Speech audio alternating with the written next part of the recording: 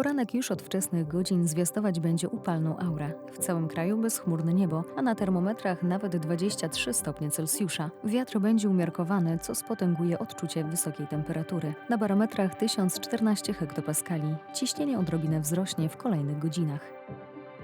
Po południu temperatura wzrośnie do 35 stopni w Warszawie i w Lublinie. Nieco chłodniej na Pomorzu. Tam słupki rtęci pokażą od 22 stopni w Koszalinie do 28 stopni w Szczecinie. Wyładowania atmosferyczne wystąpią na Mazurach, Kujawach, a także w Wielkopolsce i na ziemi lubuskiej. Bezchmurne niebo na południowym wschodzie. Barometry w Warszawie pokażą 1019 hektopaskali. Warunki biometeo na ogół obojętne, w strefie opadów deszczu biometr niesprzyjający.